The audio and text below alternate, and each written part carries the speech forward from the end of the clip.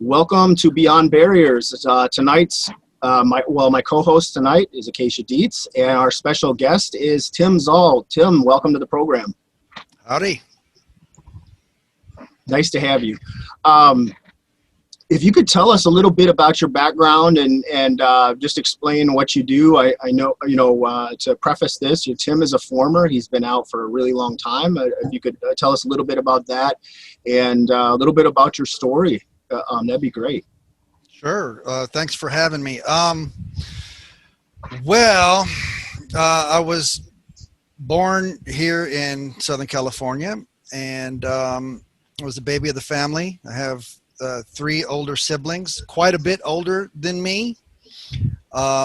So for me, I think it makes a difference, but for me, growing up in the family dynamic that I did, it was a middle class upbringing. However, my grandparents were not middle class at all, and my father had come up basically from the working class, and his way of dealing with the family was financially. So he was very financially driven, and I believe that was due to the instability of his childhood in Canada. And he moved here when he was 17 years old and worked a lot. He was not around very much. His way of providing was roof over your head, shoes on your feet, clothing, things of that nature. Me being the baby of the family, I was, hyperactive as a little kid, but I didn't get in trouble that much. And the reason I didn't get in a lot of trouble was because especially my sisters would shield me from getting in trouble. If I did something wrong, they'd hide me in the closet, hide me under the bed, or do whatever. And I was a cute little kid. Now, since my dad was working all the time, mom was stay at home for the most part. But my brother became sort of my positive role model, I guess. And I wanted to be just like him. And, this was the late 60s, early 70s with the pot smoking and things like that. And I wanted to be just like him. And he also got involved with motorcycles and motorcycle clubs and things like that. So I thought my brother was a big bad, like a Hell's Angel or something. Yeah. So when I grew up, when I got a little bit older, I wanted to be a biker because that seemed cool and tough guy sort of mentality.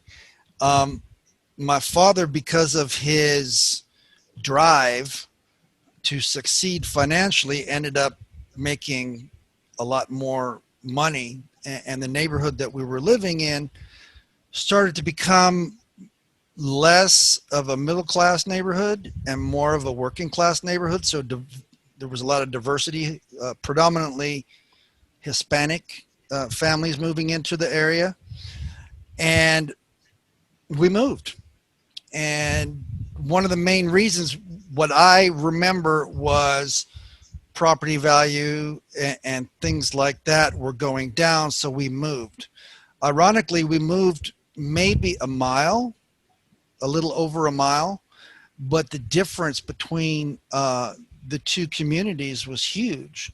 Mm-hmm. The new community that we moved into was predominantly homogeneous white community, whereas the older neighborhood was, becoming overrun. At least in my mind, it was overrun with the Hispanic folks.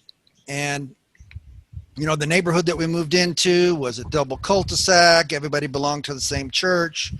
Some of my family members got involved with that church. I even got, just socially involved with the church.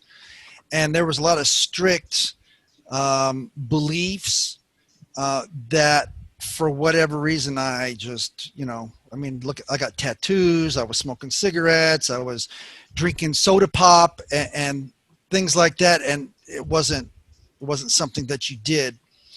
My brother and my sisters as well, being raised in and going to high school in the older community, they had a totally different upbringing than I did.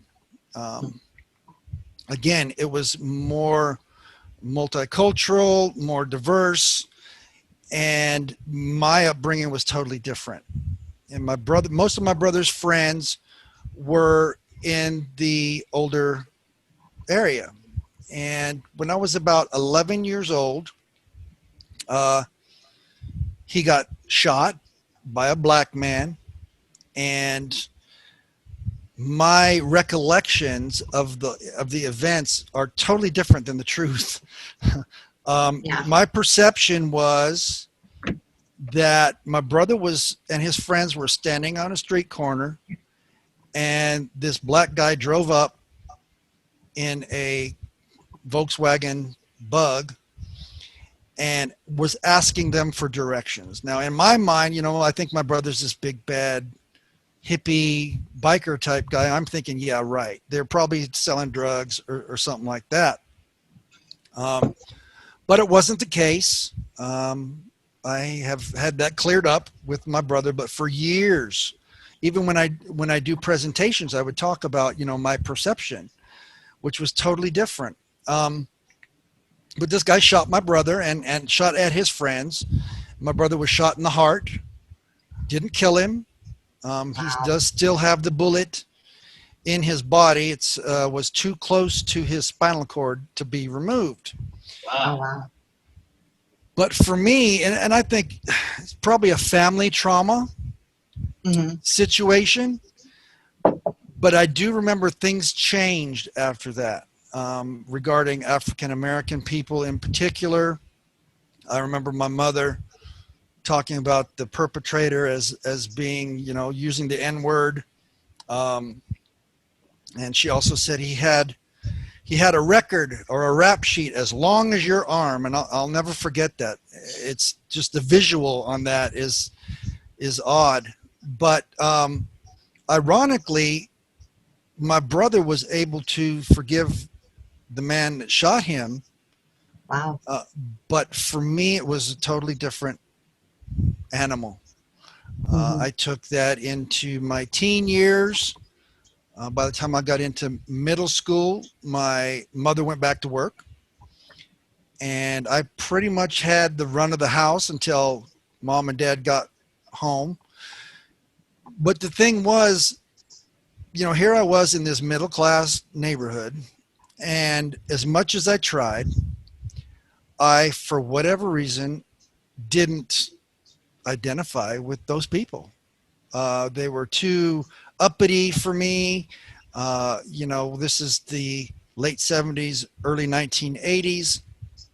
Um, I went from trying to be the long-haired hippie kid, biker, but that changed. My brother had a friend of his who had passed away, one of his roommates, and I went to his house, and he was getting his belongings from the house.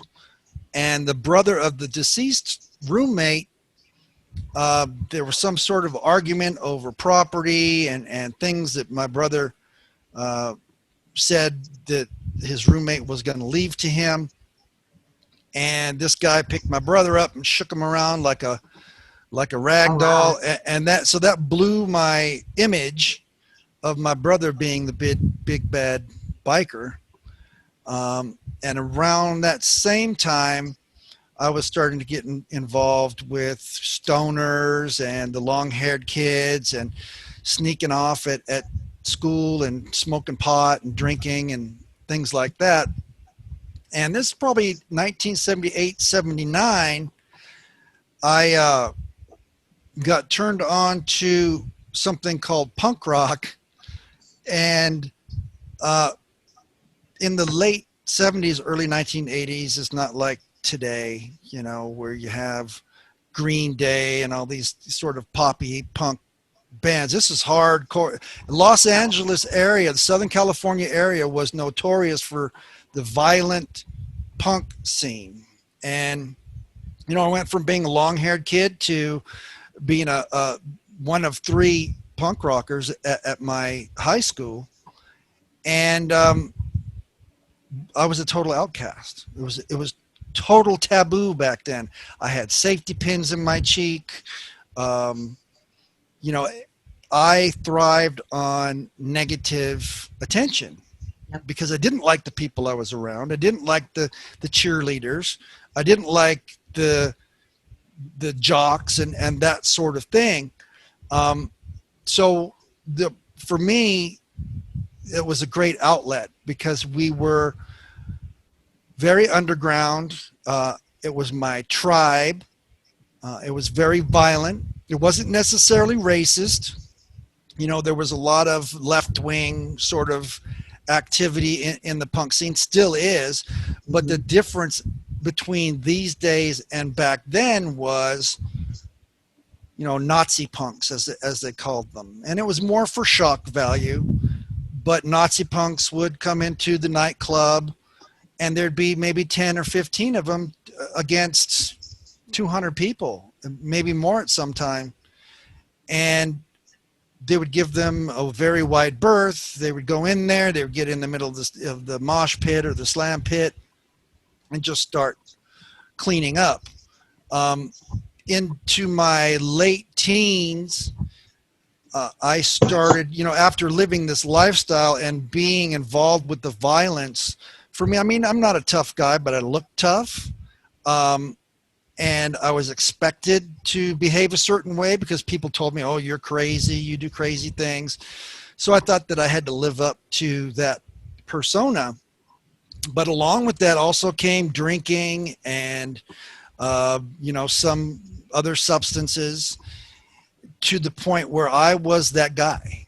I was that guy who was sloppy. You know, I would start out okay and funny, and then things would sort of change and I would turn into that sloppy guy. And then after the sloppy Tim, the violent Tim would come out, and I would try to pick fights with anybody and anybody. I didn't care how big they were. If I got knocked on my butt, which is more often than not, actually, I would just go for it. Into my early 20s, most of my punker friends were growing up. They were, you know, getting jobs, going to university, getting married, buying houses, having kids. The military thing was, I had quite a few friends who had joined the military. We had bombed Libya, I think, at that time, like 1983. And I was already, people had already identified me as Tim the fascist, because they would say, oh, I like socialism. And I was like, no, I'm a fascist. Where that came from, you know, I could go back to my brother being shot by an African American. It was fear-based, and it was a defense mechanism for me. It was my way of keeping people at bay. Yes, I started hanging out with Nazi punks, but they, compared to organized hate groups, just wasn't the same. There was a group of skinheads in my hometown. They were called the Order Skins, and they, you know, they partied, they took drugs and things like that, but they were white power. Now I would hang out with them, and I would laugh at their jokes and all the racial epithets and things like that, but I didn't identify with them as much as I did later, probably because of the age difference. They were like a couple years younger than me. I did try to join the military, but when I was about 8 years old, I was struck by a moving vehicle and broke my hip. And so when I tried to join the military, they wouldn't accept me because of that. They saw that my future wasn't so great in the military, and they didn't want to spend a bunch of money on medical bills later. So that was a big letdown. After the military how I felt about it, at least, rejected me. I thought, what can I do? You know, all my friends are joining the military. I want to fight for my country. We started to have people walk around with Malcolm X hats on and brown pride and all this other sort of thing. And it was making me angry. And I saw, my perception was that the world was falling apart, and I wanted to do something to clean up. I mean, this is LA. You know, and back then, you know, we still have gangs and things of that nature, but for the most part, these type of groups stay in their own little enclaves. They say that Southern California is this wonderful multicultural melting pot, but it's just not the case. Yes, we might go in social circles or educational circles or church or something like that, but when people leave those sorts of environments, they go back to their own little world. And I was just angry and wanting to do something about it. So, you know, we started to see more actual far right white power skinheads in the punk scene, and sometimes they would be bouncing for concerts and things like that, and they were very heavy-handed, and there was a lot of white power skinheads at that time. Yes, I knew about sharps and anti-racist skinheads, but every time I saw the anti-racist skinheads, they were always getting their rear ends handed to them by the white power folks, especially the Orange County people. We had a lot of skinheads from Huntington Beach, Long Beach, who would go into these clubs in LA and Orange County as well, and they were just beating the hell out of sharps. So I attempted to approach them on numerous occasions, and there would be a beer, or we'd have a little bit of political talk, but for whatever reason, they were very standoffish, suspicious, maybe.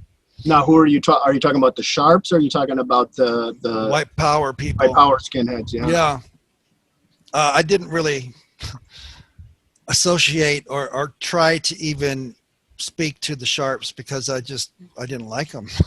Right. The story there was very similar to where my own, you know, in that sense of the fighting with the sharps and the anti-racists. Yeah, absolutely. But please go on. It's fascinating.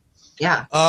So I took it upon myself. I started ordering newsletters.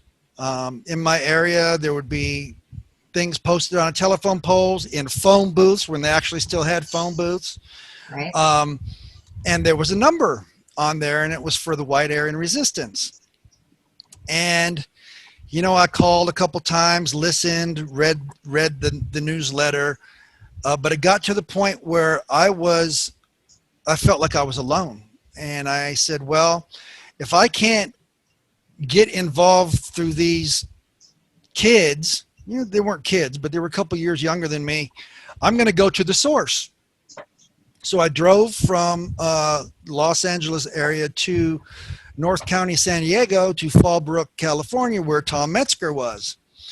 And, you know, I drove around the neighborhood, you know, asked around a little bit, and people kind of looked at me sideways like, you know, why don't you just look in the phone book? So I did. I looked him up in the phone book, and I called his number, and lo and behold, who answered the phone but Tom Metzger.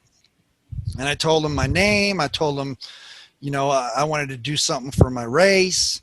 And next thing you know, I'm sitting in his parlor, and we're talking politics and drinking whiskey. And he's telling me the opposite of what my dad would tell me. My dad would tell me, you're a drunk, you're a lush, get your hair cut. So I got my hair cut, and they said, oh my God, what's going on here? Because I went from being a long-haired kid to having a bald head. And Tom Metzger told me that he saw that I had leadership qualities and that I was a fine specimen as an Aryan warrior and positive affirmations, and I ate it up. And he gave me a card of a local group in Orange County, and I called them up and went out to party with them. And the first night that I was fraternizing with these skinheads, you know, nobody told me, oh, you have to get jumped in, or it's not like a gang. We're going to jump you in, blood. None of that, right? It was pretty much a good time. There was violence, and, you know, nobody told me to do it, but I pretty much took initiative to, I guess, prove that I could hold my own. And I was involved with several confrontations, one of which, I don't know if I should, I'm going to say it anyhow, was the person who testified against Tom Metzger in the Portland, Oregon trials.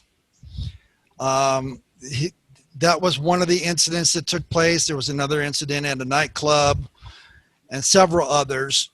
But from that point forward, I was in. You know, I found my new tribe, and I felt a part of, and it was us against the world. And even white folks, if you were white or Anglo and did not subscribe to the political mindset that I was involved in, you were a traitor. Straight up, you're just a traitor. You're stupid. You're sheeple. All that sort of rhetoric. And I ran with it. Unfortunately, I ran with it a little bit too much. And of course, I was drinking at the time. And by this time, as I said, White Aryan Resistance was on trial. And I went on a bender. I worked 4-day work weeks. So Thursday night was my Friday night. So by the time Friday and Saturday came along, I was already lit. I went to go see a band called the Cro-Mags. And there was protests outside the Cro-Mags concert by the Sharps because they were angry that a local white power skinhead crew was running security for them.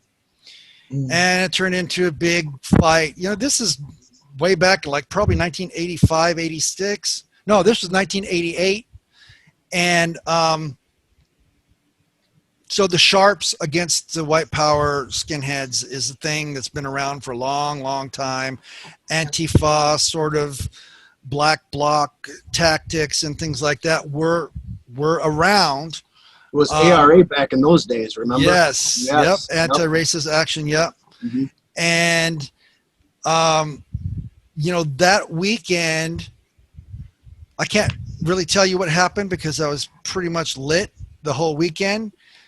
But my MO was I would get lit and I would commit as much violence against my perceived enemy as possible.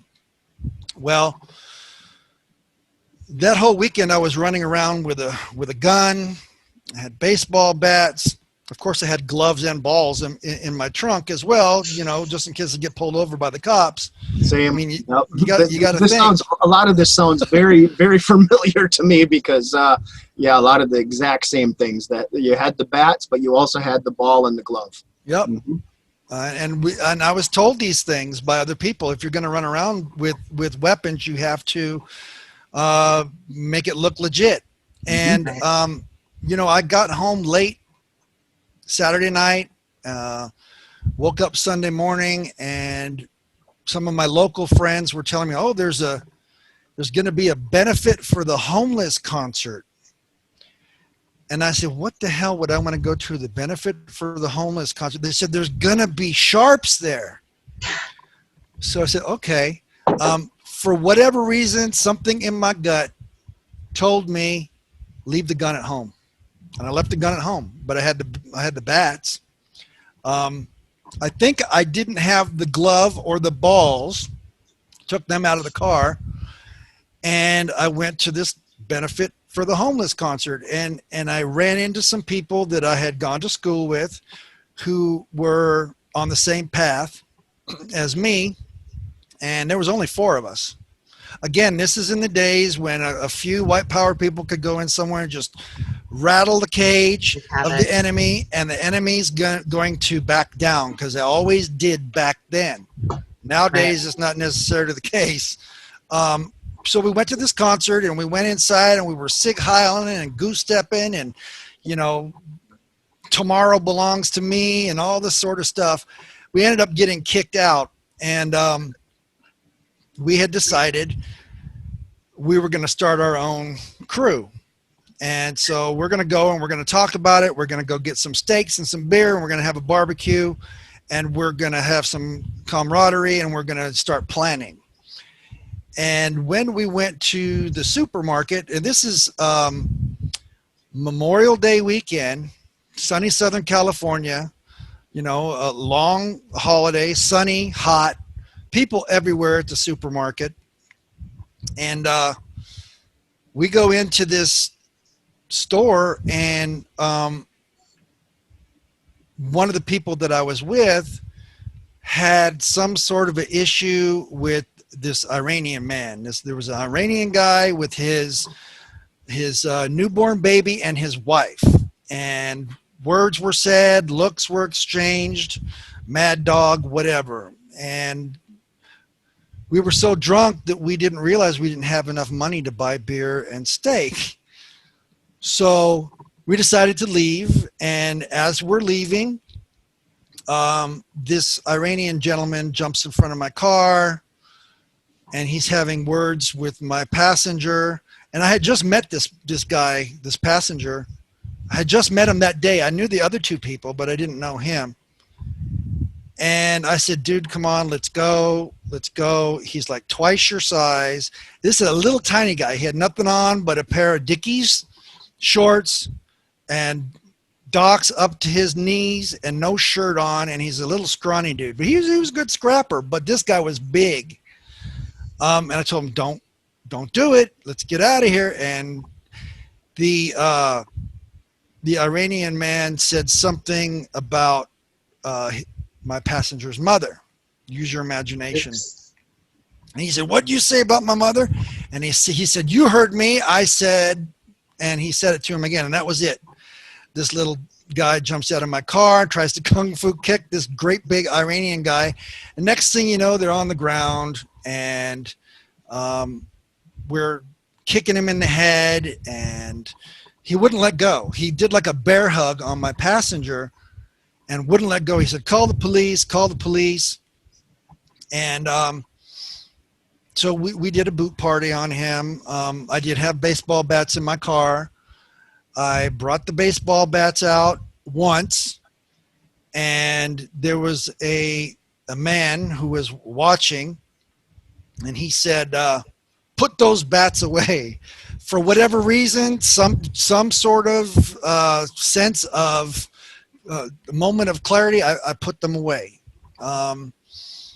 I got them out again. He says, no, I told you to put those bats away. So if I'm not going to use the baseball bats, what else am I going to use? We're in a parking lot of a supermarket. And by this time, there's been a crowd around us. There's, female shoppers with big, heavy purses hitting us in the head with their purses, saying, you Nazi bastards, knock it off.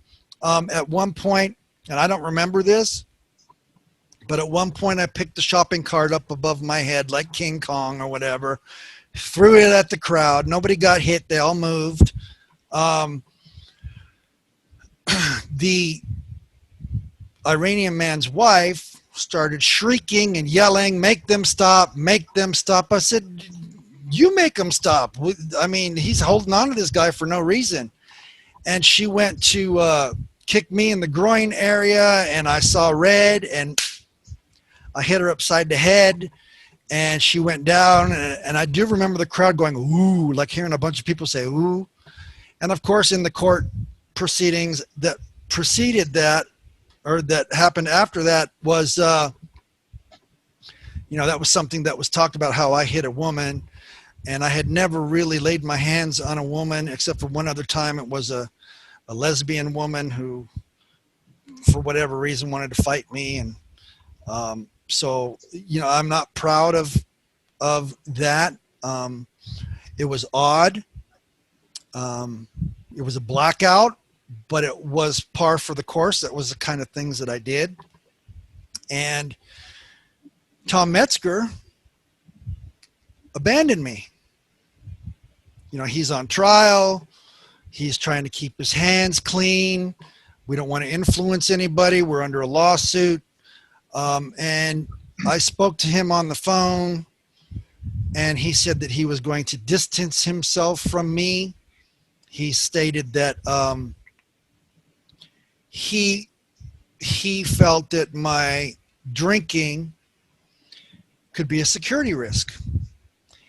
And for me, you know, he was sort of became my next positive male role model. So that was devastating for me. But it wasn't like, oh, you're a lush, you're a drunk, you're lower than low. The same type of stuff that my father would probably have told me. He didn't make it about me personally. He made it about the struggle. So I did begin to think more about my alcohol intake. Started to struggle with it a little bit, attempted to quit drinking for some time. I ended up in jail. I was in jail for a while, got sober. They didn't have hate crime laws back in those days, but they were attempting to set a precedence for hate crime laws in the state of California. You know, they often say what happens in California is going to spread across the United States at a later date. So it's kind of a testing ground. Right.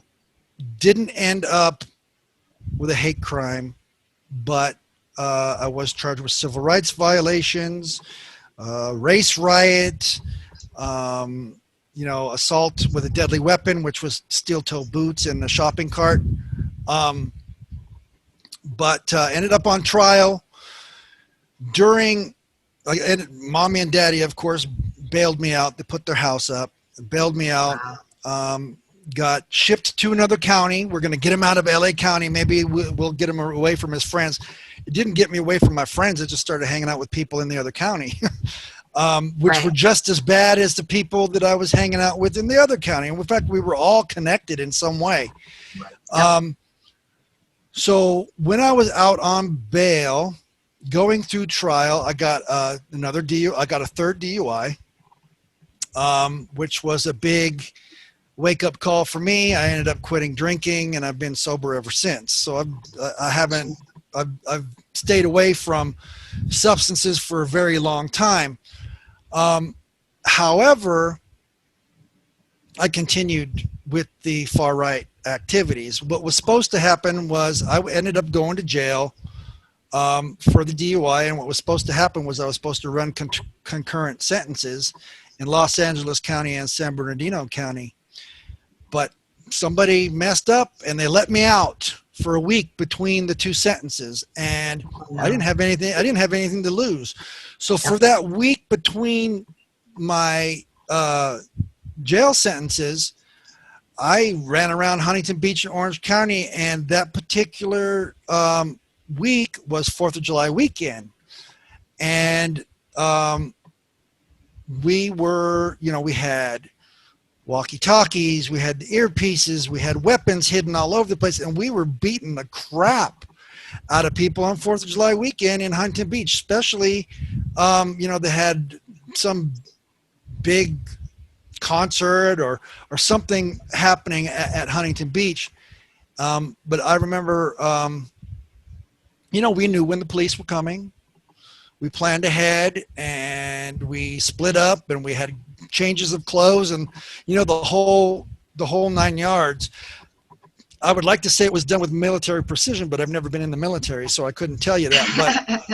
But close, you know, we did have some people that were in the military, some of which you might even know. One in particular was TJ. TJ Leiden was with us. He was part of our crew. So I'm not hanging out with Tom Metzger's group. We're no longer called War Skins, but around that same time, we started the Western Hammer Skinheads. We were the first Western Hammer Skinheads crew in Southern California, and then shortly after us was San Diego. So most of the War Skins just jumped ship to the Hammer Skins. And it wasn't Hammer Skin Nation at that time. It was just Hammer Skins. But I was co-director along with one of my co-defendants from the hate crime. Well, actually, it wasn't a hate crime, but nevertheless. And so the whole idea behind that was when I was in jail, somebody else would be able to handle things while I was in jail. I'll tell you, I ended up turning myself in, and not one person from my crew visited me, sent me a letter, put money on my books, nothing. So I was, a little bit perturbed about that. And when I ended up getting out of jail, about a year and a half, 2 years later, they were mad at me because I didn't get out of jail and say, "Where's my brothers?" I was angry, I was sitting in jail and you guys write all these letters to POWs and things like that. And just because I'm not a member of the order, doesn't mean you can't put $20 on my books. Right. So, I had a bit of a resentment, but, I came around because that was what I knew, especially after being in what they call Supermax here in Southern California. It was jail in Southern California is different. I mean, I've been in jail and unfortunately in all kinds of different states and even countries for that matter. I've been in jail in Germany. Wow. I've been in jail in New York City, and it's totally different in LA County. You have, a handful of white guys, most of which I referred to back then as a bunch of punks. And then you had a lot of the gangs, the black gangs and the Hispanic gangs. So when I got out, I wanted to be around what I was comfortable around. And I took up the mantle again. And you would think that jail, doing time for what would be considered today a hate crime, that one would reconsider what they've been doing and sort of change their path in life. But what instead happened was I was a victim. I was a victim of the Jewish judge. I was a victim of the county district attorney who was running for state attorney general, a Jewish guy, the Jewish media, the police. I would say, well, they're just Jews. They're just lackeys of the Jews. And besides, look at the star. It's the Star of David, right? So I took on this victim mentality that I had my freedom taken away from me because of the color of my skin, and because I'm a straight white man, and because I want to, because I'm white power, basically. And so it catapulted me even further into that mindset. It also gave me favor regarding recruits. A lot of people talk about the way that we recruit. They think we stand on the street corners next to, junior high schools and like weirdos and try to convert these little kids, but nobody converted me. I mean, I converted myself. Most of the people who we recruited came to us. Yep. Yes, I was a positive role model. I was sort of a brother figure or a father figure to some of the younger guys. I've had stuff stolen from me, from taking in like little street kids or whatever whose families are severely dysfunctional. They don't have a safe place to stay, so I let them stay at my house or whatever. And I've had things stolen from me and my family trying to sort of mentor a young person.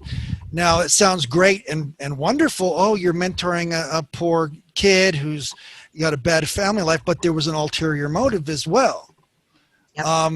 Which that's where the manipulation comes in. That's where the positive sort of affirmations come in, just like Tom Metzger told me, oh, you're a fine specimen of an Aryan warrior, and the reason that you're living like this is because, the Jews are, holding you back, and that victim sort of mentality.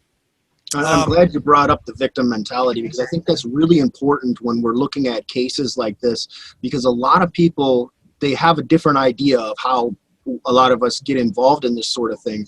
And the victim mentality is really a huge thing in the movement. I mean, it was the same thing with me and just about everybody I know that's been in this, is you get that feeling where you're being victimized, that you're a victim of all this. And I'm really glad you brought that up, because I think it's really important for people to understand this type of thing. And again, please continue. Yeah. And, that's across the board. I think, you could look at radicals, Islamists, you could look at the far left, you could look at the gang culture.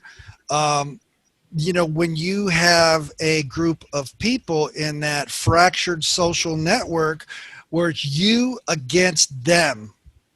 Yep. And it's you against the world. Right. And they're holding you back. And the only reason they're holding you back is because they're jealous of your racial purity or whatever, your neighborhood. That was something that was very common.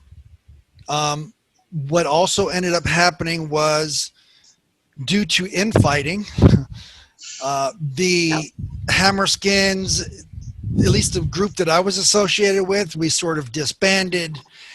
And I guess I had proven myself, I had gotten sober, and I went back to Tom Metzger, and he welcomed me with open arms. His trial was over. And this is around the time where the whole leaderless resistance thing was happening. The organizers keep their hands clean, and they are not held accountable by anybody else's action, because we're a group of associates and friends with common goals and common enemies.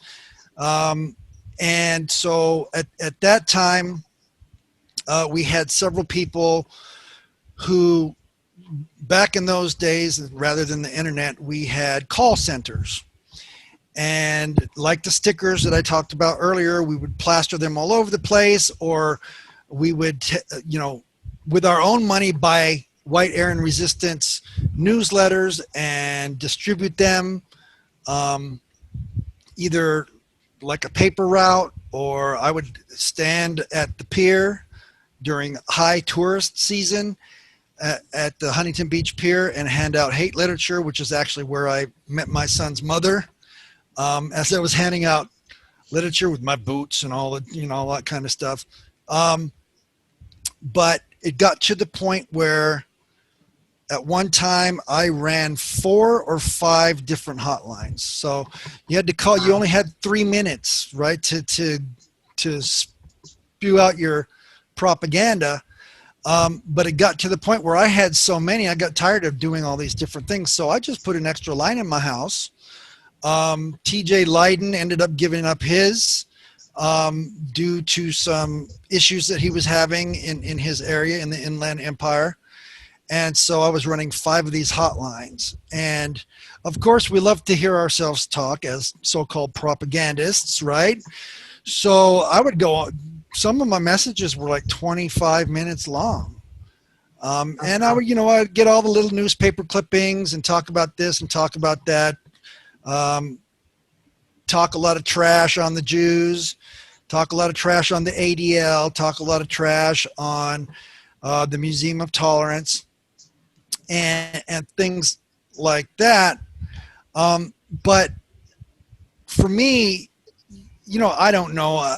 I think that my recovery from alcoholism played a major role in my evolution, I guess, out of that mindset. There was a lot of things happening. We had a sting operation that happened here in Southern California that I was a part of, but I didn't get busted. A bunch of people that I knew got busted because they had loose lips, and they were going around bragging and doing stupid things, and they had these intelligence officers, snitches, whatever. I didn't know who they were. I didn't know if they worked for the ATF or the FBI or what, but they weren't on the up and up, but they were going around buying alcohol and steaks and having barbecues at people's houses and talking about doing clandestine sort of order type actions. At one point in time, they had us, they wanted us to tap the phones of the cartel in Florida, and we were going to go in there and kill them and take their money and take their dope, and we were going to finance the movement with it, and it was just too good to be true. And these guys, I don't like to talk too much trash about the feds, but they should have known better. But they actually did end up getting a lot of people busted. But the people who ended up getting busted were uniform people. The people that like to put on Nazi uniforms and collect Nazi memorabilia and this sort of thing. And for me, that's one of the main reasons why I never really got involved with some of the bigger groups. I was told very early on not to be a part of marches because you're going to get your pictures taken, you get your license plates pictures taken and phones tapped and all that sort of stuff. But it ended up being a bad situation, but I escaped that very narrowly. At one point we had told people, don't listen to these people running around with, Uzi charms around their neck and all this weird stuff. These guys are snitches. I don't know who they are. But they ended up getting involved with the World Church of the Creator, which is something that was something that I subscribed to. I was never really involved with the religious stuff or the pagan stuff. These guys in Costa Mesa, California, which is right by the beach, had a big warehouse, and it was a gym. And I never saw it, but I heard about it. They had rocket launchers hanging from the ceilings, flags, and all this other sort of stuff. And they were bringing these youngsters in there, and as agent provocateurs, they were telling them, wouldn't it be nice to kill Rodney King? And they said, oh yeah, that'd be cool. Right away, they're suspect. So there was a lot of people that were charged for that sort of thing. But when I found out about that, I actually called the leader of the World Church of the Creator. I forget his name, but he was the interim guy right after Ben Klassen died. He was based out of Florida. I don't remember his name, but I called him up and I told him what was going on. And he said, you and Metzger out there in California think there's a Fed behind every tree.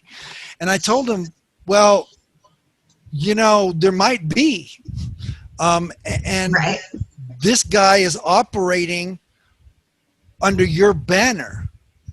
And if something goes down, it's on you. And then he went on to tell me, oh, well, Reverend, we called him Santa Claus. And this guy went by the name of Joe Allen. And he said, well, Reverend Joe Allen has contributed a lot of money to our organization. And I told him, well, you mean that's all it takes to get into your organization is to give you a bunch of money? Or you're that stupid? You're that desperate? Right. And it ended up being, I actually went to this Reverend Joe Allen's house, and he said, oh yeah, I'm a reverend of the World Church of the Creator. And so I started quizzing him on the doctrine, and he didn't know anything about it. I looked at his books, and they hadn't even been touched. This guy had glass tables everywhere. And the first thing I'm thinking is fingerprints, rocket launchers, all this sort of stuff. And this is beachfront property in Newport Beach. And I asked him, I said, how much rent do you pay here? And he said, $400 a month. And I'm like, and this is, No way. yeah, this is like 1992, 1993, 94. And I knew that something wasn't right. And so I told him, I said, I don't know who you are, but you're a snitch. You're not on the up and up. And of course they did one of these things, well, whoever told you I was a snitch, they're a snitch. And so I spread the word, but it just didn't work. And a lot of people got, taken down because of that. Yeah, there was a person that I knew in a wheelchair who was paralyzed from the waist down due to a gangland style shooting, who actually got pulled into this. There was other people that got pulled into it that they say loose lips sink ships, but I mean, some of the people that ended up getting sucked into this thing were people that I knew better. They knew better. I remember when those arrests happened, because it was around the exact same time in Minnesota that we were approached with basically the same MO. They came to us and they said they had, things that go boom, and I don't even want to say it, but the same exact MO, because I remember reading about that in the newspaper and seeing that happen, and we were approached at the same time. And I was really young. I was right in the beginning of the time I was involved. And the head of the organization at that time, I mean, he sniffed it out, right away. And he was like, nope, we're not interested in that. I'm like 19, about that age. And I'm hearing this, this guy saying, hey, we have all these things. And I'm sitting there with my eyes wide open going like, whoa, how cool is that? Not that I was going to actually go do something, but I thought it would be cool to have these things at that time.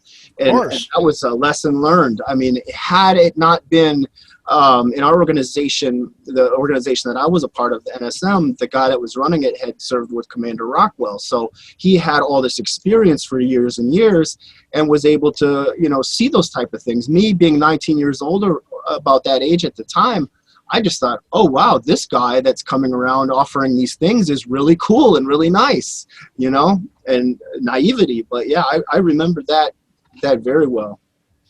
Just out of curiosity, yeah, it might have been, if it's right around the same time, if they're all kind of stemming from the same thing. But I just had a question for you real quick, Tim. Like, over the course of all of these things, and like you said, a lot of times people are like, oh, well, that would have opened my eyes, and I would have been like, you know what, I'm done with this. Whereas it can also have the opposite effect, like it did with you. It just kind of reinforced what you already believed and what you already thought, and it reinforces that victim mindset. Now, as the years went on, and then as this is happening and you're seeing different people getting picked up for, entrapment and whatnot, did it ever cross your mind that maybe I shouldn't be doing this, or maybe something's not quite right? Or were you still too much enveloped in that echo chamber and that bubble, and this is just what you do? For me, I stayed involved, but I was much more careful. And this is when I really subscribed to the leaderless resistance motto and MO, because I knew it would keep me safe too. And the small cell, if you have more than 3 people and you get snitched on, well, it's one of those other 2 people. Right. But for me, I think the catalyst for me, as far as my exit plan, was I started to make decent money, and it wasn't because of what I knew. It was because of who I knew. I worked in the industrial petrochemical industry, and it was one of the former Tom Metzger's former Klan members that was the boss. And so at one time we had 12 skinheads on the job. And this is during the riots. We're being shot at oil refineries. We're literally having to drive through riot zones to get home back to the nice, wonderful, leafy suburbs. But my son's mother wanted to, she said, let's get out of Southern California. It's a cesspool. Let's get out of here. We don't want to raise our child in this sort of environment. He's going to end up being a race mixer or something. And so, I made enough money and I moved out of state. However, where I moved to, there was a lot of Ku Klux Klan activity. The first mile marker sign into the state and county where I lived was Adopt a Highway by the Ku Klux Klan. But I never, I did have associates that lived there or at least had homes there. But for me, I was used to making a decent amount of money. I would fly to San Francisco every weekend or fly home from San Francisco every weekend and fly back. That's how much money I was making. But I just couldn't make that kind of money where I was living in the Ozark Mountains. So I had to travel for work even more. And the contrast between what I experienced in, the central part of the United States, the Gulf states, down south, most people in, like, say, California or the Eastern Seaboard, they think the South is, bunch of Ku Klux Klan. Yeah, there's some of that. But for the most part, I was treated with kindness and respect by my perceived enemy. And then I would go home and these people are talking about race war. We're stockpiling weapons because the Russians are coming, that sort of mentality. And I just didn't see it. When you go from being 2 months in that environment and then 3 months out of that environment, it's the contrast is just clear as day. Yep. And it got to the point where I was starting to see things in a different way. There was rhetoric and lies, basically propaganda that was negative propaganda that was being disseminated, but I didn't see it. And I started to, as my son's mother would probably call, I started to get soft. And we were no longer compatible. She found herself another skinhead guy that looked just like me, but like 10 years younger than me. She was quite a lot younger than me too, by the way. Just thought I'd bring that up. She was of suspect age. The things we do. But we were just no longer compatible. And I continued to travel for work. We split up. I did travel with somebody who is, and I lived with actually in that same area, was somebody who is a part of the Metzger clan. Literally, like not the clan, but like family.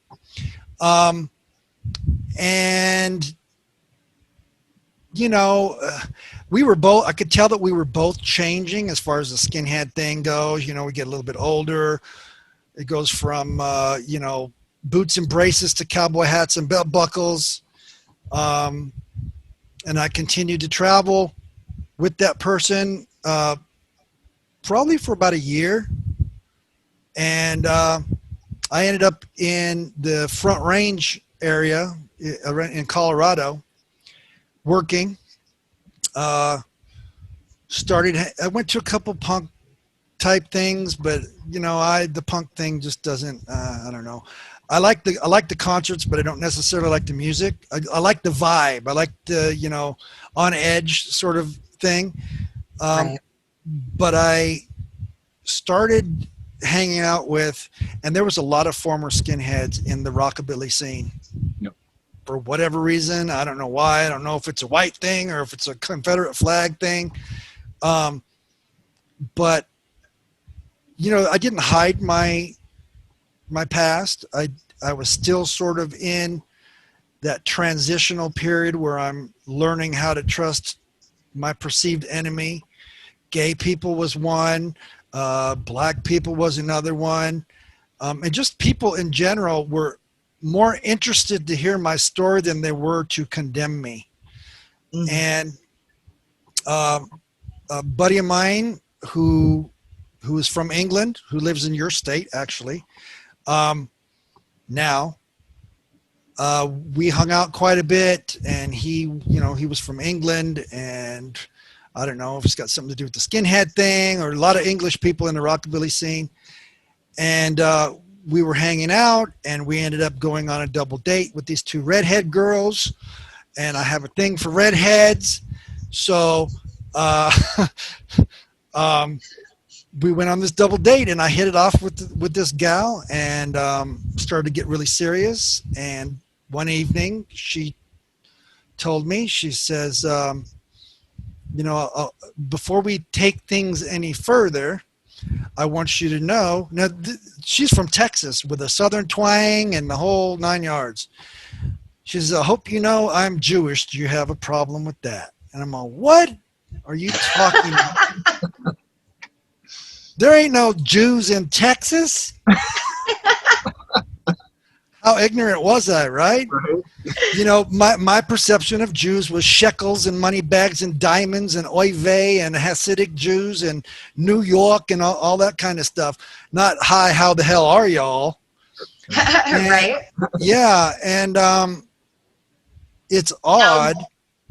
Now We've been she married 21 knew years. that your past before that, hence the reason she's like, hey, I need to tell you this part before we go any further. Did you think that she was trying to pull one over on you when she actually said that, or that she was trying to joke around, or could you tell she was like really serious and you were just still like, wait a minute, there's no way this is possible? It's funny how you say that, because I know people whose family have told them, well, we have Jewish in our heritage, just to get them to think in a different way. Right. She's not a religious Jew, but she's definitely Jewish.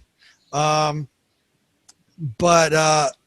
I kind of planted one on her and jumped in my car and drove away like a little boy. And I'm telling my buddy, I'm all, mate, I can't believe it. He says, what? I said, she's a Jew. I kissed a Jew.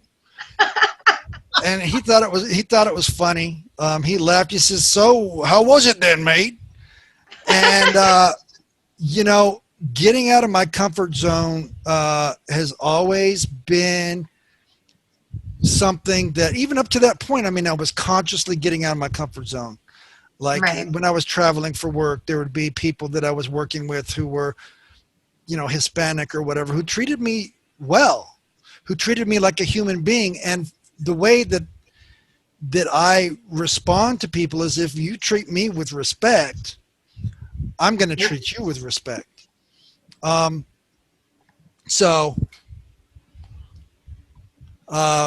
was, it's a trip. It's a strange thing. Other people have said, oh, it's divine intervention or whatever. I don't know if I believe all that, but it's definitely been a trip. And I'll tell you, the biggest part about getting out of my comfort zone was when she wanted me to go to a synagogue with her. And I sat in the back, and they were doing all the stuff that they do, all the ritualistic stuff. It reminded me a lot of Catholics. But the service was way too long and way too uncomfortable for me.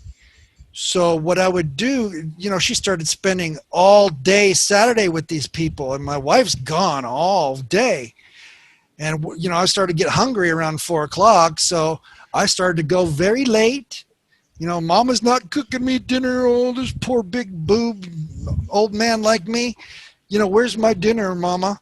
And so I would show up late, and one of the things that they did is they would all sit down after all the things that they did and eat a bunch of food. And I tell you, I've learned more about Judaism and Jewish people as individuals and people as human beings by breaking bread with them than I would going to a synagogue and having to, I'm not going to sit in the church for 4 or 5 hours. I'm not going to go to a synagogue for 4 or 5 hours. Right. It was just too much for me.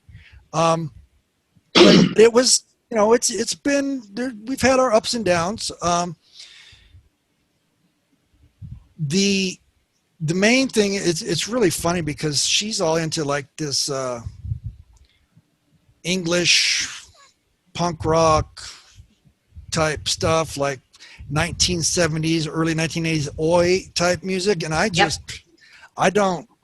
It's just it's odd to me, but I've had it up to here with oi, you know. I don't want to hear that stuff all the time, except for, you know, there's a couple bands that I like, but we still, you know, we go out, we go to concerts from time to time. And what I mentioned earlier about the whole skinhead thing and how the white power skinheads used to go to concerts and bust people's heads, it's not like that anymore. Right. They will have their butts handed to them these days.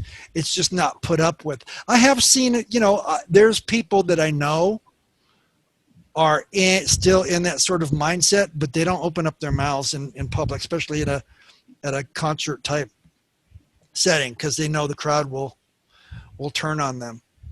Yeah, it is definitely a different scene these days for sure. Absolutely.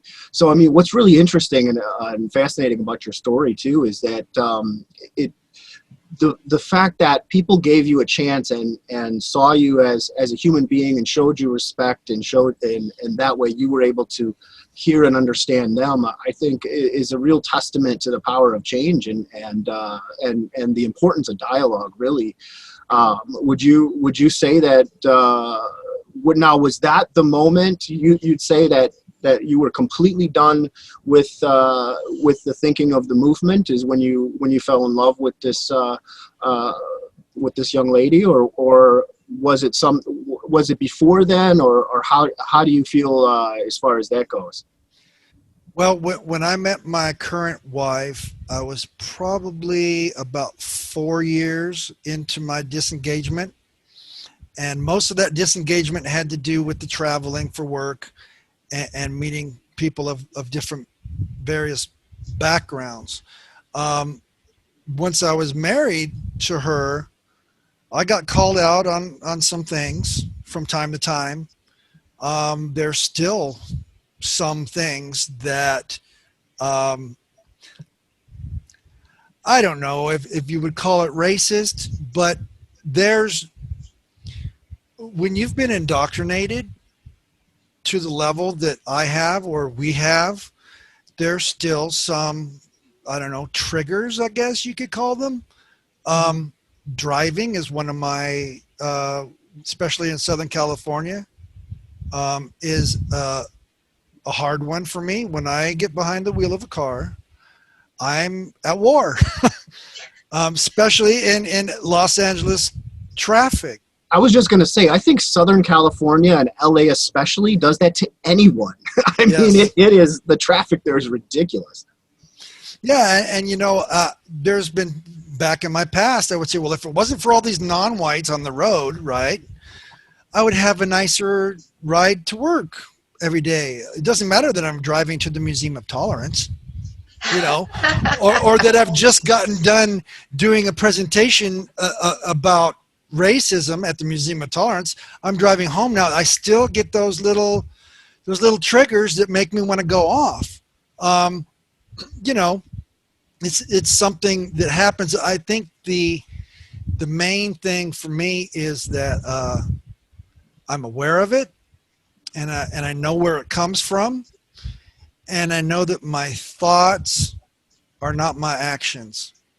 Mm-hmm. And I think I mean, I've been out since I consider 1996 my exit, you know, date or whatever. It wasn't conscious. It was something that happened. It was about a 3 or 5 year process for me. But for younger or newer formers, I think one of the biggest issues is when somebody gets triggered, it goes into this cycle of guilt and remorse, and they throw their hands up and say, oh, well, I'm just a racist. I'm going to go back to what I know or to what I'm comfortable with. Or they get guilty and they get down on themselves and they get involved with substance abuse, suicidal ideation, suicide attempts. One of the biggest, and I think we've spoken about this privately, is that one of the biggest pitfalls of CVE and dealing with former extremists is the actual resources that's given to them is not, it's not sufficient. It needs to be something that's followed through on. It's not something that you say, okay, I got you out. I'm going to put a notch on my belt and put your name on a wall and now you're out. It doesn't happen like that. I don't know if I would call it a relapse like in the recovery world, but it is, you know, those are some of the resources that are needed, whether it's family therapy, whether it's family therapy, whether it's drug and alcohol counseling or mental health services of some sort, or employment, help with employment. There needs to be a tighter network of resources. And at the inception of the whole CVE thing, when it first started back, well, I call it 2011, when we had the Summit Against Violent Extremism, that was one of the main goals, was to have this network of resources in people's areas. But one of the biggest problems is, of course, financial resources is something that's an issue. And I'm sure, you know, running your own nonprofit organization, it's tough. You know, this is not Europe where you get the same sort of fundings. You don't get that sort of funding here that you do in Europe. It's the grants.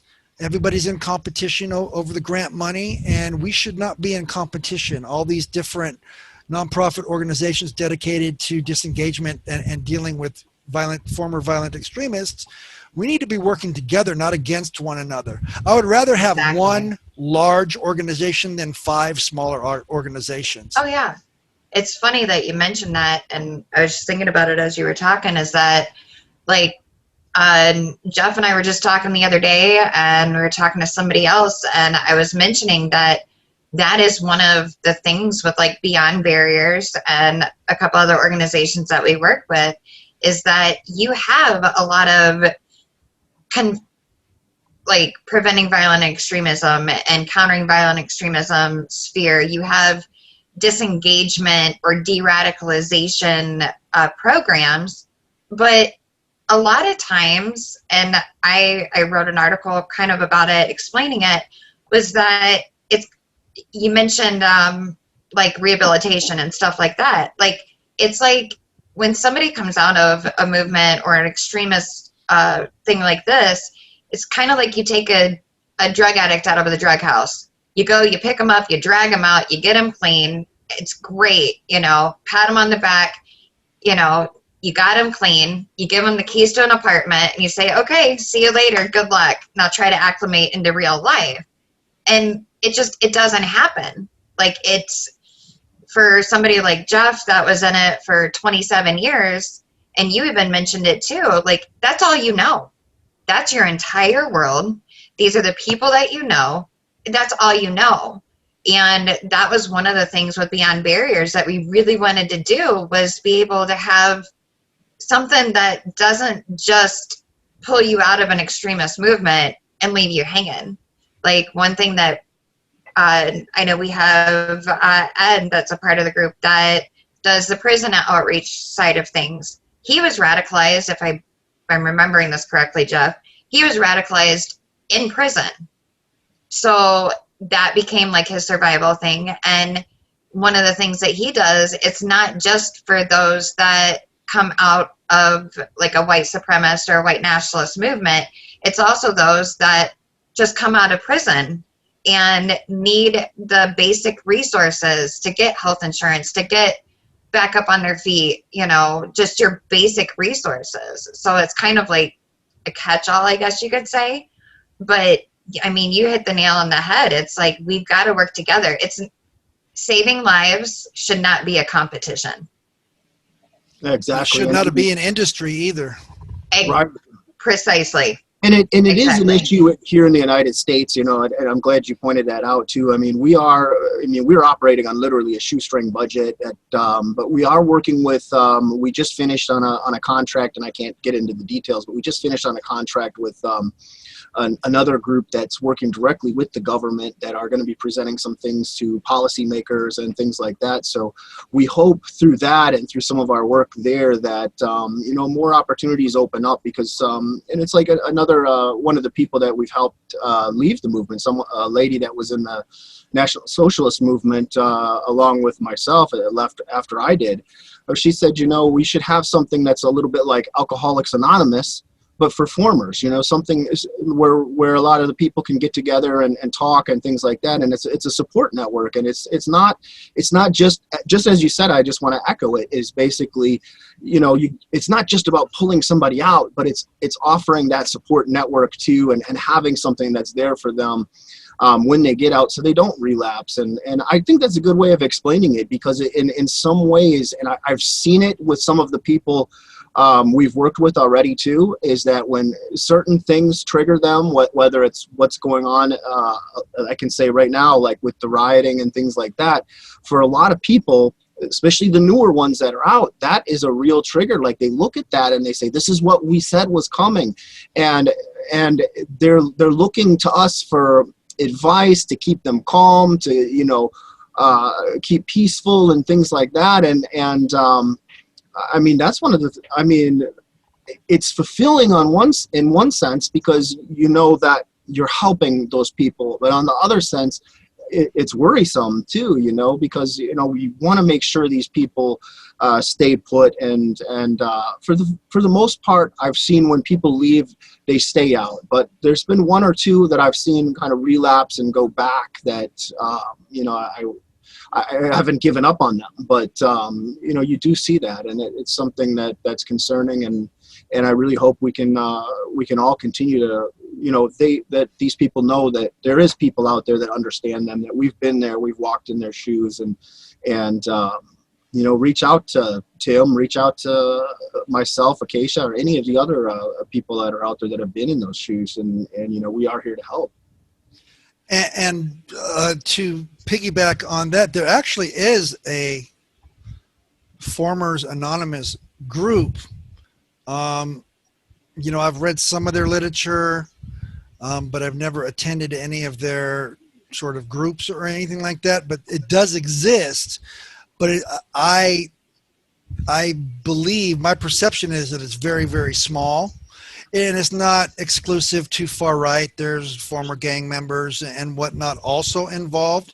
One of the things that the Museum of Tolerance has, or used to have, and sometimes still do, if somebody gets charged with a hate crime or something of that nature, part of their rehabilitation and part of their probation is sometimes they have to come to the Museum of Tolerance, and they'll come and they'll see my presentation, or they'll meet with a Holocaust survivor, or they'll do a tour. The only problem that I have with that is, again, there's no follow-up to see where they're going, 6 months down the road, a year down the road. A lot can happen in that short period of time. Somebody could be triggered from the smallest little thing, and then they just, once they start going down that path, they don't know how to put the brakes on. And it is similar to recovery. I have had sociologists and psychologists contact me, and they want to come up with is racism an addiction? Well, I don't know if racism is an addiction, especially since it's all over the world, all different ethnic groups. I think it's a human development situation for a lot of people. For me, what I've seen, my belief is that most people, and this of course does not include you, but most people in their late 20s, early 30s is where they start to look around. And it's the same time when most people end up in recovery because of whatever, whether they've gotten out of prison, whether they've gotten a divorce, whether they've had some sort of traumatic experience happen. That's usually, human developmentally speaking, is when most people sit back and say, oh my God, what have I done with my life? I have a kid. I have to be responsible for this child. I can't hang out with the brothers anymore. I can't hang out with my Aryan sisters anymore because it's a bad influence on my child. In your case, Jeff, I watched you over the years, and in my perception was that you didn't know how to. It's all you knew. It's all you knew. And this is the way it is, and it's going to stay this way. And I've seen you in situations where you're supposed to be the big bad wolf, right? And your perceived enemy is treating you with respect as a human being. Yep. And you took that upon board, and it penetrated your armor or your facade.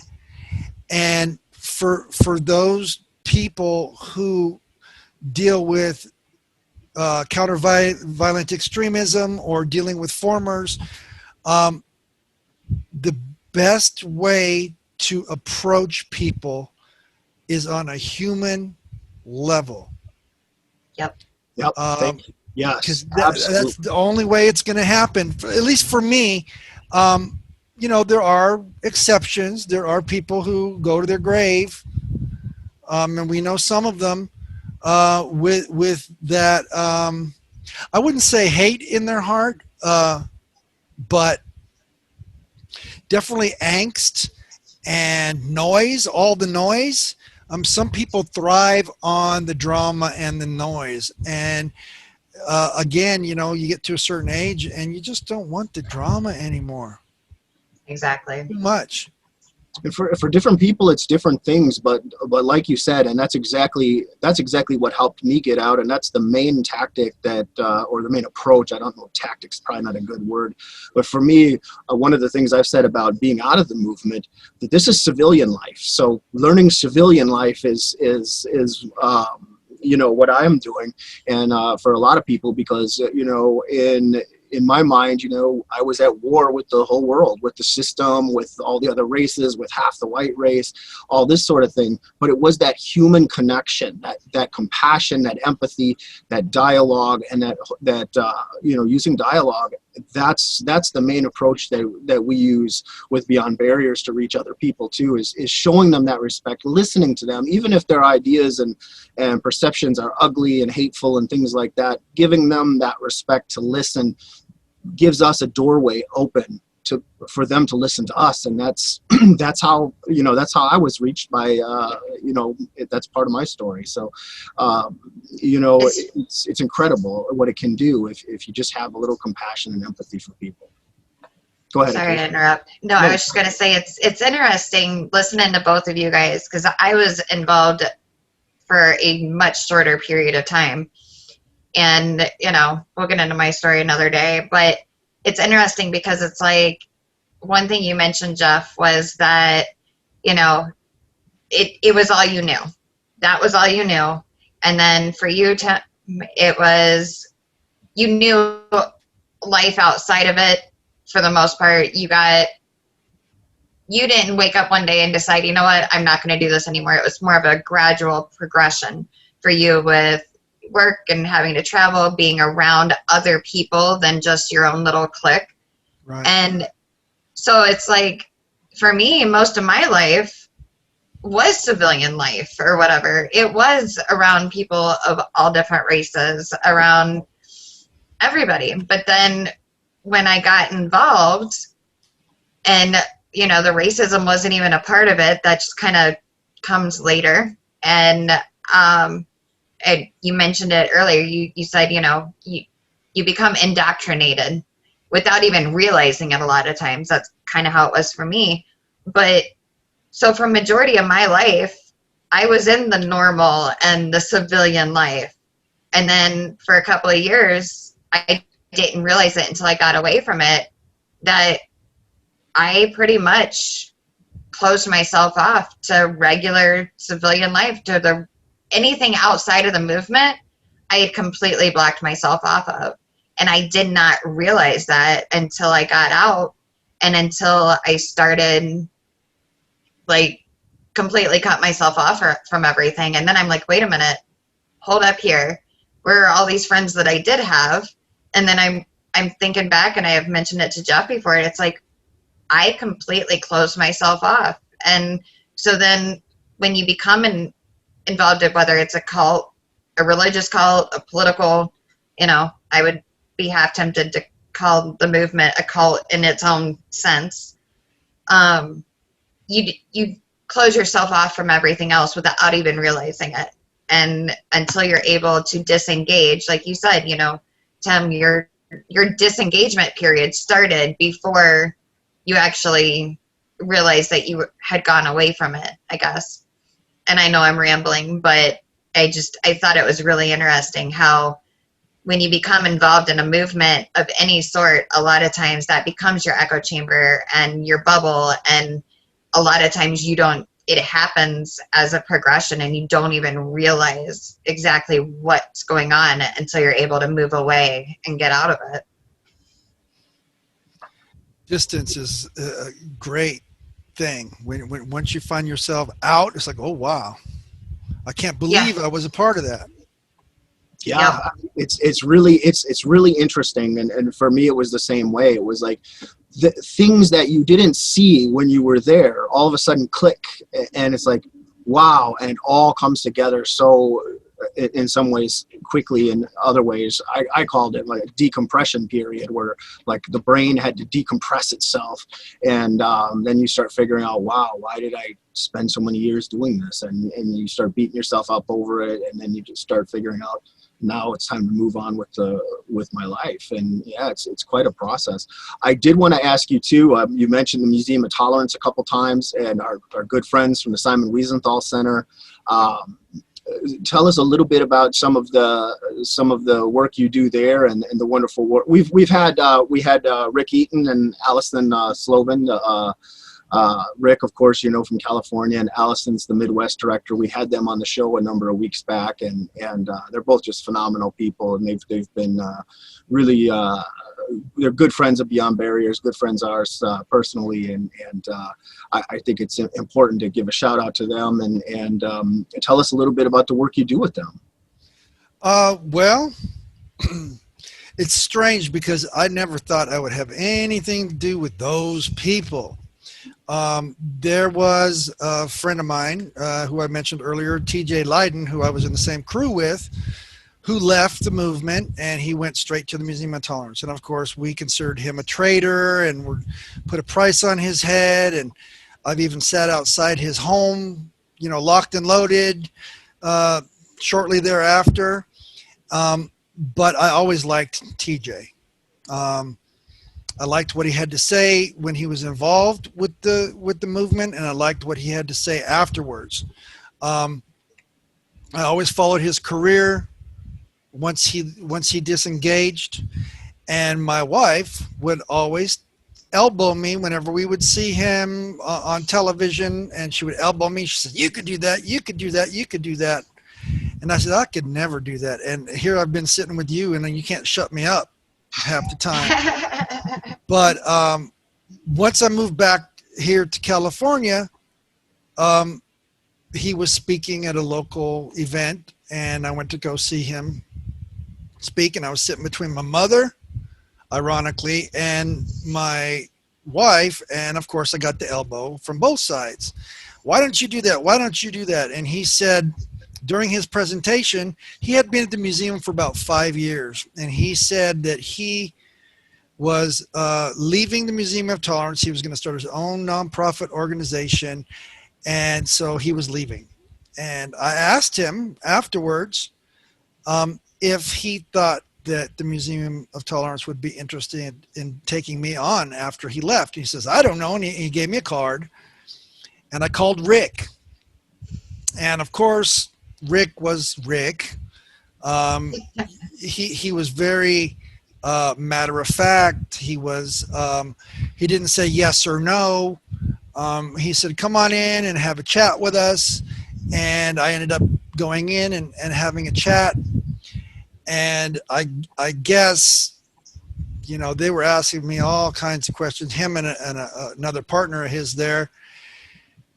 And they were asking me all these questions about all these people. And it's like, I didn't have a lot of the answers regarding the other people. I could only tell him, my own experiences and stories. I didn't really like talking about other people. That's not my deal. That's probably why I'm still amongst the living, maybe. But he said, I don't know, we'll keep you on the back burner. We'll know in a little bit. And probably 2 or 3 months later, I get a frantic call, and he says, TJ isn't able to make the schedule for this school group that he wanted me to speak at. And they bamboozled me into doing this thing. I had never spoken in front of a bunch of little rugrats. And I ended up doing 2 assemblies back to back, very, very large groups. They helped me with the PowerPoint and gave me pointers on how to proceed with my presentation.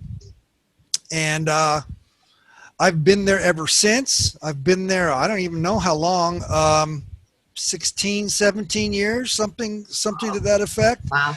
I speak to law enforcement occasionally. I speak to educators. I speak to judicial people. I do a presentation. COVID has made things a little bit more difficult.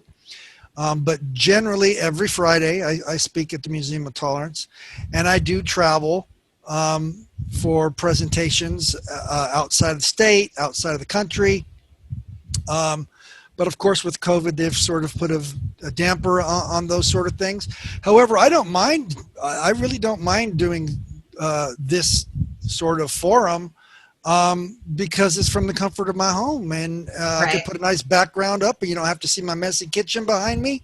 Right. And but it's very rewarding throughout my working with the Museum of Tolerance.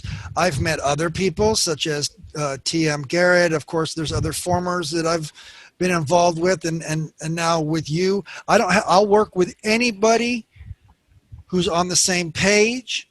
Yep. I think it's really, really important, and I'm happy that the Museum of Tolerance and the Simon Wiesenthal Center has kept me as long as they have,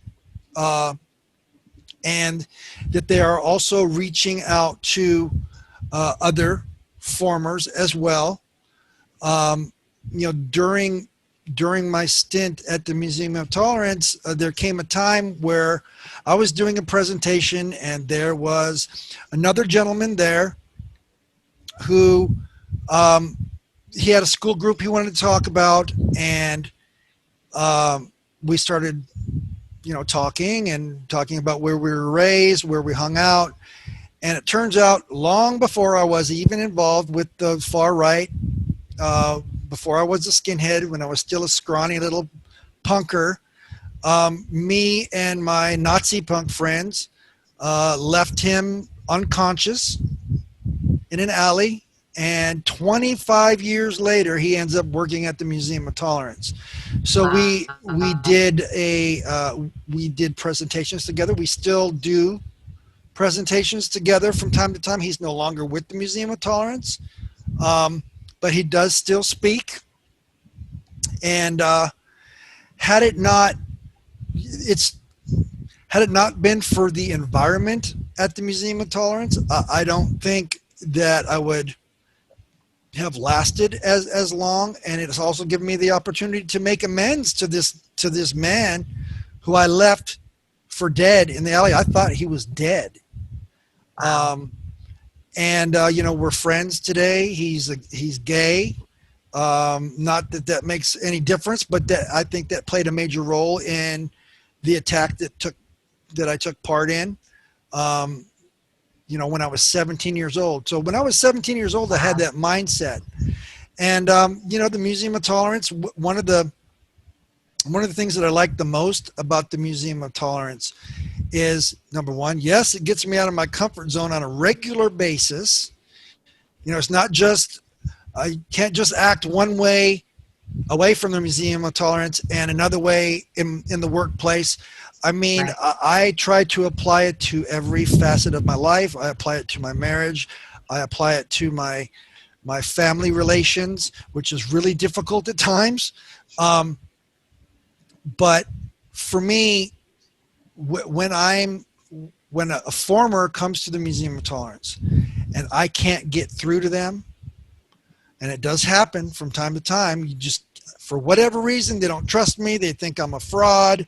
Who's this dude telling me what I need to think? I sick a Holocaust survivor on them.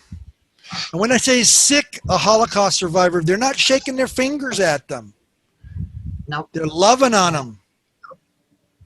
And I don't know if you've ever experienced it or not, but there's several Holocaust survivors, very elderly, and it's very important that we bring this up because they're not going to be around forever. I mean, a lot of them are very, very elderly.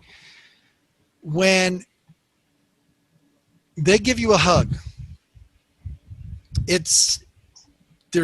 I've never felt so much compassion from anybody else.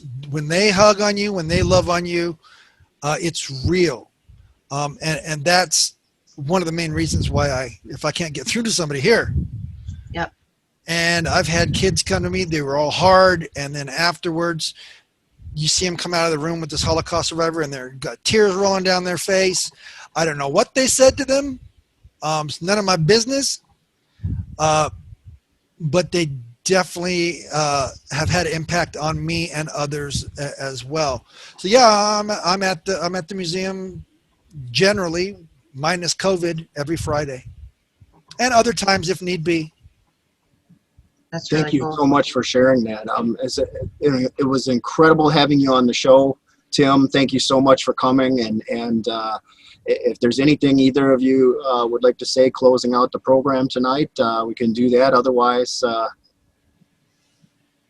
I appreciate you coming on, Tim, very, very much. Appreciate it. And, appreciate your insights and everything. And I know, we'll be in contact more. I mean, we're all in this together. I know I've said that before, and even more so now than I think ever. Like, we got to come together.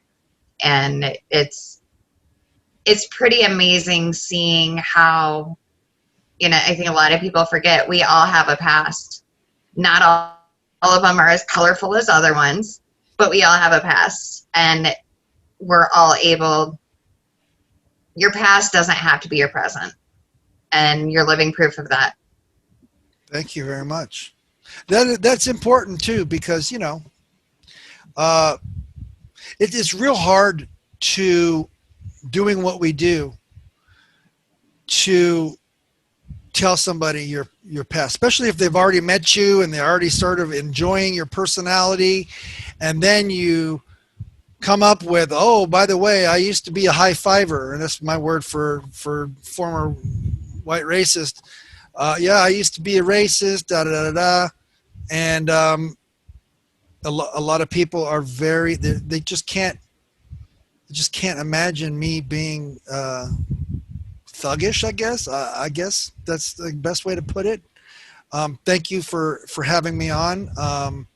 Feel free to contact me, and I'm sure you'll post it on when you. Yeah, I was just gonna say I can put if you'd like, I'll put your link in your Twitter information and stuff on there, and people can contact you. And also feel free to contact the Museum of Tolerance as well. Yes. Thanks for having me, guys. thank you. I'm going to hit Appreciate it. stop.